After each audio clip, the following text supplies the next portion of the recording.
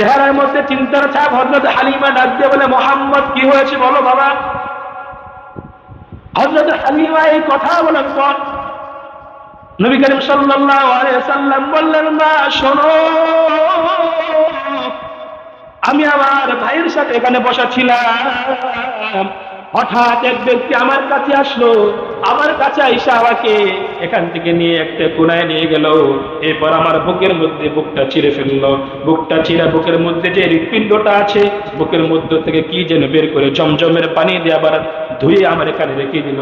নবীজি বলেন যে আমার মধ্যে হযরত জিবরিল আমিন বলতেছেন যে আপনার মধ্যে, মানুষের মধ্যে দুইটা জিনিস থাকে, একটি জিনিস হচ্ছে গুনাহের কারণে হয়, আর একটি জিনিস হচ্ছে সওয়াবের কারণে হয়।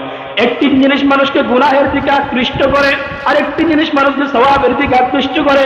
হযরত জিবরিল আমিন আলাইহিস সালাম ডাক দিয়ে বলে, মুহাম্মদ আপনার মধ্যেও দুইটি জিনিস ছিল, একটি জিনিস আপনাকে গুনাহের দিকে আকৃষ্ট করত, আর একটি জিনিস আপনাকে সওয়াবের দিকে আকৃষ্ট করত।